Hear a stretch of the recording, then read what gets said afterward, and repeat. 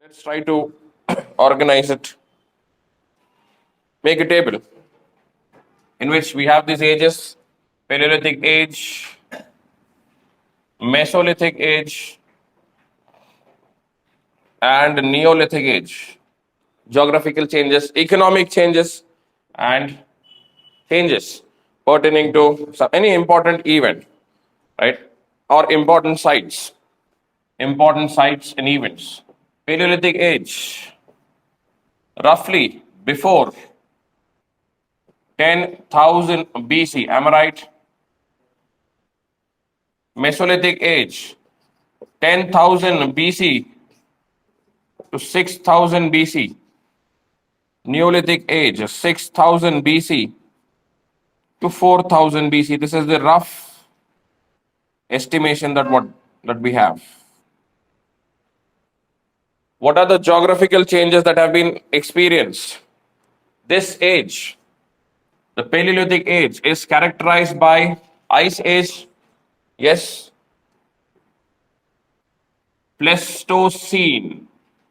Pleistocenic Ice Age was experienced. This is a geographical era. Probably whenever, did you have geography classes?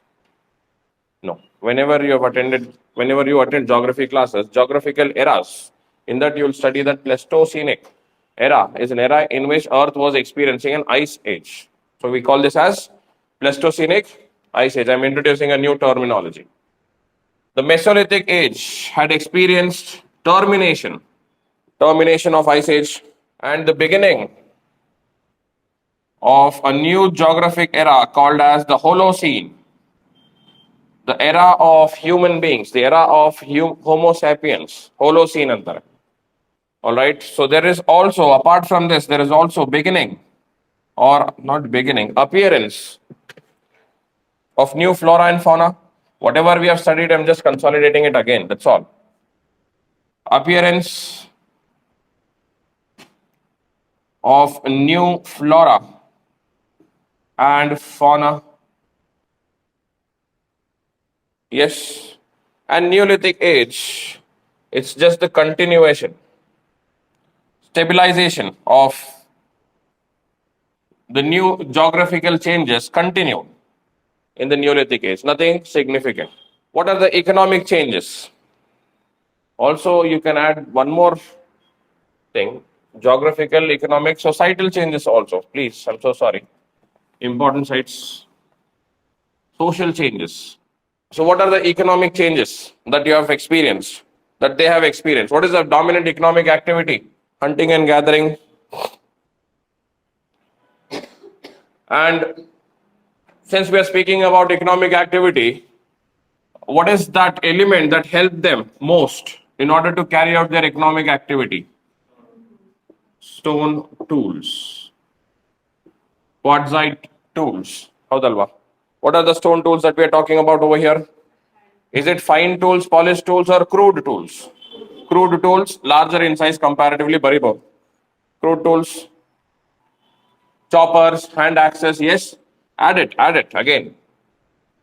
It'll help you remember it. Choppers, hand axes, blades, knives. We have seen, right? It has been evolving. As the time progressed, the Mesolithic Age was characterized by hunting, gathering, and herding. Am I right? Along with primitive agriculture, domestication of animals, correct? Animal husbandry to a certain extent. And tools, as far as the stone tools is concerned, the stone tools were quite crude over here. The stone tools, what should it be? Microliths and geometric in shape. What about the Neolithic Age? Agriculture dominated, yes.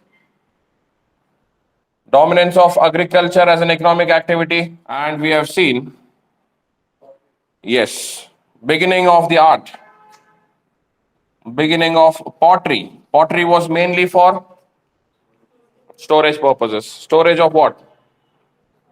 Agricultural surplus. All right. As far as tools is concerned, Polyester tools. You can add it. I don't have the space. Polyester tools. See, the reason why polishing is, yesterday I told you again, hunting is better in polished tools, right? Hunting is more effective. All right. Then, social changes. What about the social changes? First of all, what do we know about the society? Were they settled, first of all? No. They were quite moving around. Howdalwa? So can you tell me some important sites? Let me give you some other important sites also, which can be expected in your examination, except the plains of Ganga and Indus. So that point, what you need to understand over here is forest could not be cleared.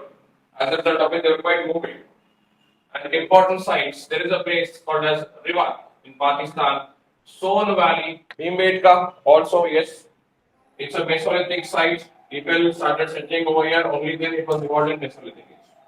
So if there is an option which says Bhimbetka is the Paleolithic site, yes, you can safely say that. Right, Bhimbetka out of the blue, it never sprang up as a settlement. Understand? Right? There were certain people over here. Right? Bhimbetka. Garo Hills in the northeast. I believe soil is from Meghalaya. Yeah. So Garo Hills. So they are found in the northwest. They are found in central India. They are found in northeastern India. They are found in southern India, Kurnool and Andhra Pradesh. Kurnool in Andhra Pradesh. Bellary in Karnataka. Athiramapakkam in Tamil Nadu, etc. What is the message? It was well spread, except the plains of Ganga and Indus. So North India, it was quite restricted. Northeast India, hill slopes, river valleys. Northwest India, right? Son Valley, Rivat in present-day Pakistan. Getting it? Central India, South India, right? Karnataka, Andhra Pradesh, Tamil Nadu. Everywhere it was well spread. Correct? That is the point what can be tested in your main exam. And as far as Mesolithic age is concerned, what about the societal changes? Was the societal changes that has been experienced over here is that there was beginning of stabilization. Beginning of stabilization.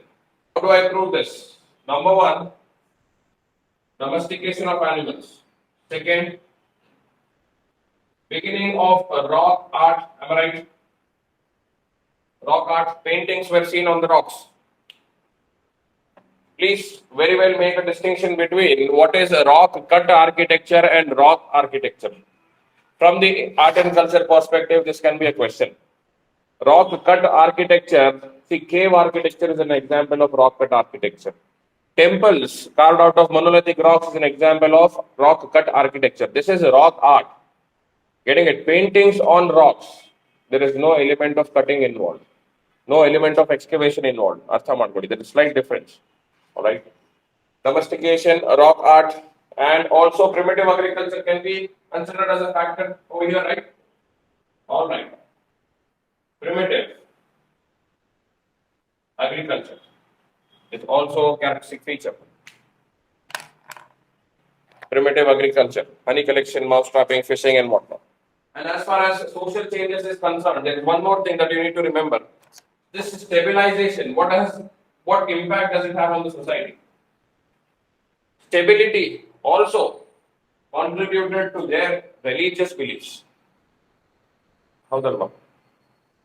They started fearing the nature. They have seen those changes in the nature happening around them and started believing in the fact that there is some supernatural element that has been controlling certain things around them. Or beginning of the shaping of religious ideologies over here. Man started fearing the nature.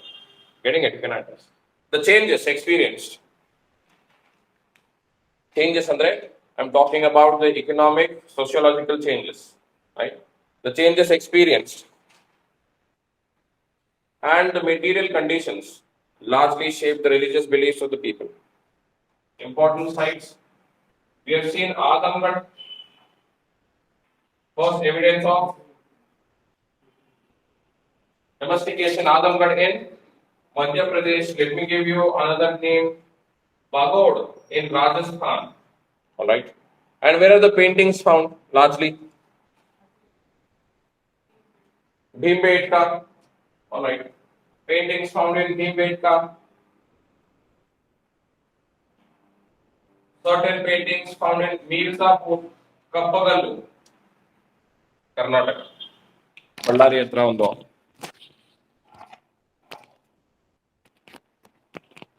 Jaga, Kappagallu. All right. Then Neolithic Age, societal changes. So was there more stabilization of society? Yes or no? Right. So there were changes, new changes that have been experienced as far as society is concerned. That people started wearing clothes. Agriculture start agbidiದೆ. Cotton. Domestication of animal is quite advanced now, stabilized. Wool. Clothes made up of cotton and wool. And primarily rural communities. Some important events and important sites. What have we seen? Have we seen Mehergarh? Mehergarh, what is the real significance of Mehergarh? First evidence of agriculture. What was grown? Wheat, cotton, barley. These were the ones that was grown. Burzahom, Burzahom. This is a place in the present day Jammu and Kashmir. And a very unique thing is associated with it. And hence, this place is, sometimes can be expected in your question. There is a concept or called as the concept of pitted valleys. Right? I'll tell it to you. You can just add it wherever you've added this Burzahom, Gufrakal, Burzahom. The pitted valleys found here. So that pitted valleys protected people from cold. And at the same time, also remember, the stone available in Jammu and Kashmir is not suitable for manufacturing the stone tools. As a result of which, they use tools made up of bone. And also it is in Jammu and Kashmir and some other areas also. It was shown that the man is buried with his pet. Usually, man is buried with an animal. Lastly, we can conclude that it must have been his pet. Right. Belan Valley. Did we speak about Belan Valley yesterday? All the three sites are found over here. All right. Belan Valley. You can add this. And a place called as Koldiva. Koldihwa.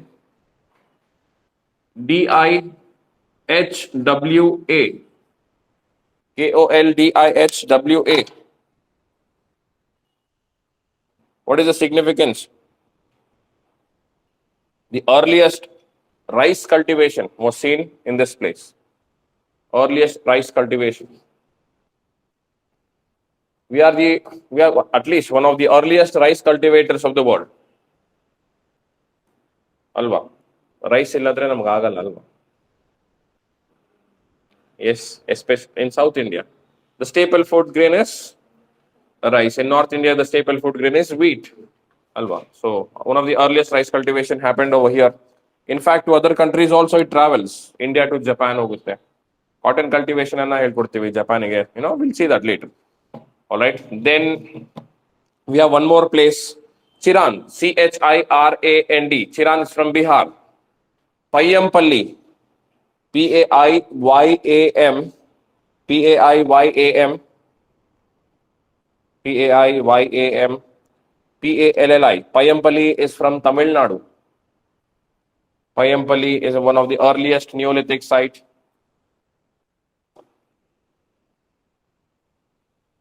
And Musky, where is this Musky? Musky, one of the earliest sites. Ashokan times allo importance irutte ee jagadu. That's all. The objective of giving you so many sites is not for you to by heart. Right? Probably you cannot expect prelims questions, or even if you expect it, you should be in a position or you should make yourself familiar to answer them. But the main objective over here is, in your main examination, analysis regarding the spread, geographical spread of these sites, geographic spread of these cultures. can be expected. To justify that, certain sites from east, west, north, south needs to be remembered. That's the minimum thing that you need to remember. Can you do it?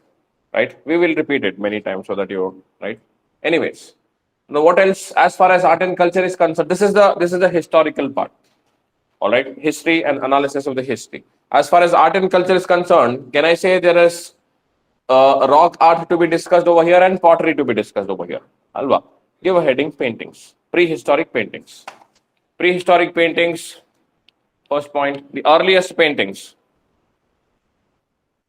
The earliest paintings painted inside, painted by man, obviously, inside the caves.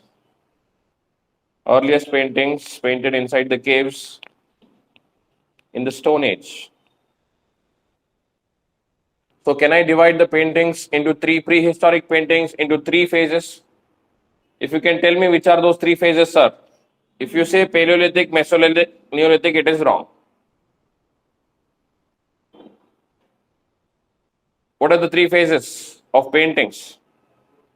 Upper Paleolithic, Mesolithic, and Neolithic, because lower Paleolithic and middle Paleolithic did not have any elements of painting. Nodi, please, transition time, right? Somewhere near this 10,000 BC, the era belongs to Paleolithic age. Probably painting must have begun. Primitive though. Getting it? So can I say that the ending phase of Paleolithic phase also had the paintings? Transition, right? In the times of transition, there will be overlapping characteristics. That needs to be remembered. All right. First, Upper Paleolithic or Paleolithic paintings. Remember that they are only in Upper Paleolithic phase. Point wise, subpoint. People painted by scratching the walls. They painted by scratching the walls. Scratching the walls of the cave. What is the tool that they had to scratch these walls? Aste. Scratching the walls of the cave and filling it with naturally available colors. And what are the naturally available colors? Ochre, red, white. ಎಲ್ಲಿಂದ ಸಿಗ್ತಾ ಇವೆಲ್ಲ madam?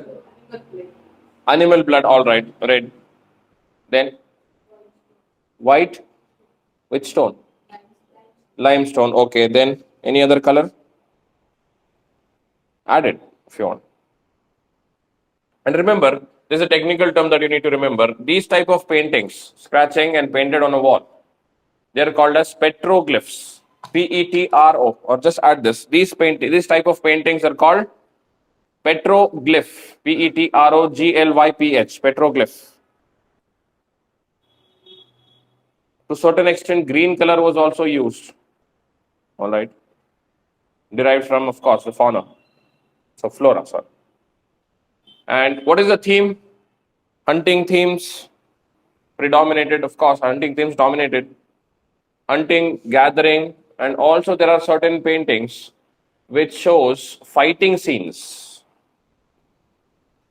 And since you have the handout now, you could visualize them. The images, the stone tools, chopper, chopping tools, hand axes, cleavers. All right, you can see the sheer size of it. Crude nature, not polished, random. All right. And flake tools. I've told you, blades.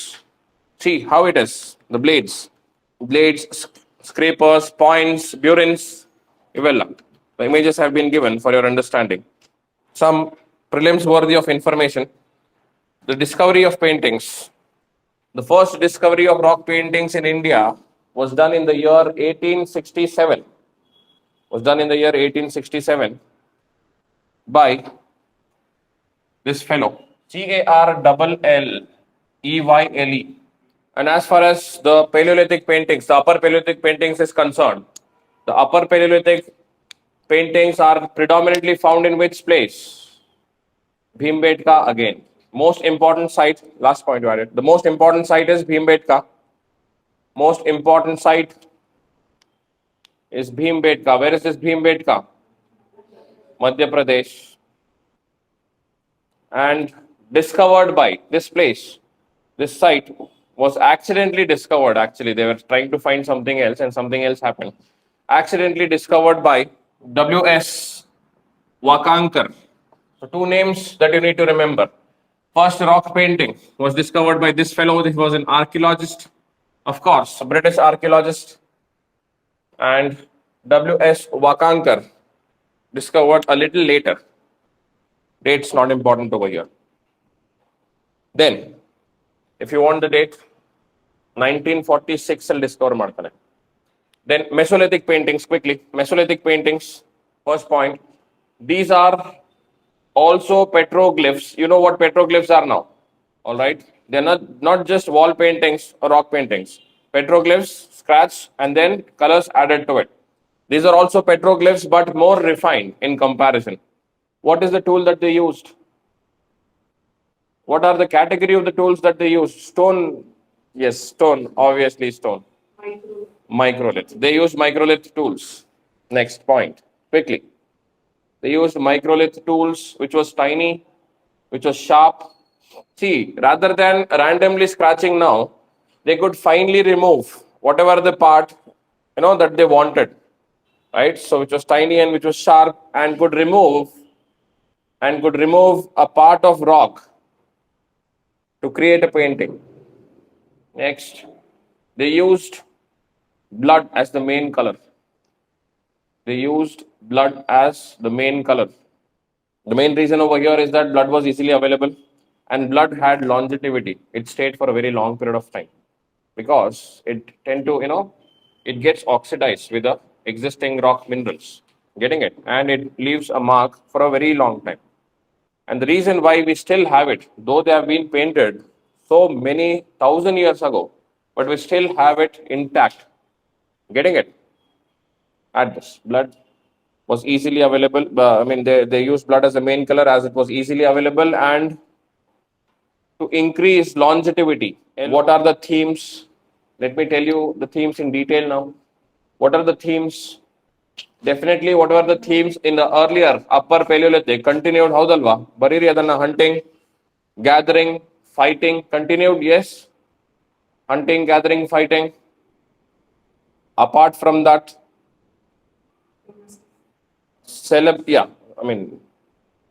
domestication of animals in the form of animal riding. Animal riding was depicted. Animal riding. Celebrations were shown, yes. To certain extent, we have at least derived that information. Celebration ಆಗಿರ್ಬೋದು, group dances ಆಗಿರ್ಬೋದು. ಯಾರು ಅಂದ್ರಲ್ವ ನಿನ್ನೆ dance ಮಾಡ್ತಾ ಇದ್ದಾರೆ ಅಂತ. Yes, that's true. Group dances, celebrations. See, this group dances and celebration gave us an understanding that there was coordination and cooperation in the society. Beginning of unity. They started to look themselves as a community, as a part of, or what we simply call it as the we feeling. Now, nam jana, that is, right, us.